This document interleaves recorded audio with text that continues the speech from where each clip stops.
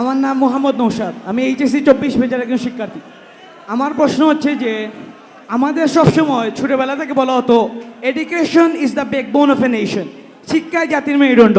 কিন্তু আমি বলতে চাই, আমি 18 বছর ধরে, টোটাল 12 বছর ধরে যে এডুকেশন সিস্টেমে আছি, তা কখনোই শিক্ষা জাতির মেরুদণ্ড হতে পারে না।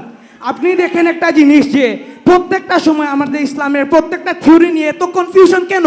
কারণ এই যে 12 বছর ধরে আমি পড়তেছি, 25টা সূরা আমার মুখস্থ নেই, 25 জন নবীর নাম আমি বলতে পারবো না, 25টা হাদিস আমি শুদ্ধভাবে বলতে পারবো না। এটা কারণ কি? কারণ হচ্ছে গিয়ে এই যে আমাদের, তো আমি চাই এখন যেহেতু আমাদের সংস্কারের সময় এসেছে, আপনাদের যেহেতু ইসলামের অনেক জ্ঞান আছে, তাই আপনারা শিশু থেকে মাস্টার পর্যন্ত এমন একটা শিক্ষানীতি আমাদেরকে প্রণয়ন করেন, যার সাথে একই সাথে আমি যেন স্বাস্থ্য থেকে ইঞ্জিনিয়ার হিসেবে বের হতে পারি, একই সাথে আপনার মতো একজন বক্তাও হতে পারি, যাতে হাজার হাজার মানুষকে অনুপ্রাণিত করতে পারি। আমার আপনার কাছে আকুল আবেদন, আমি এরকম একটা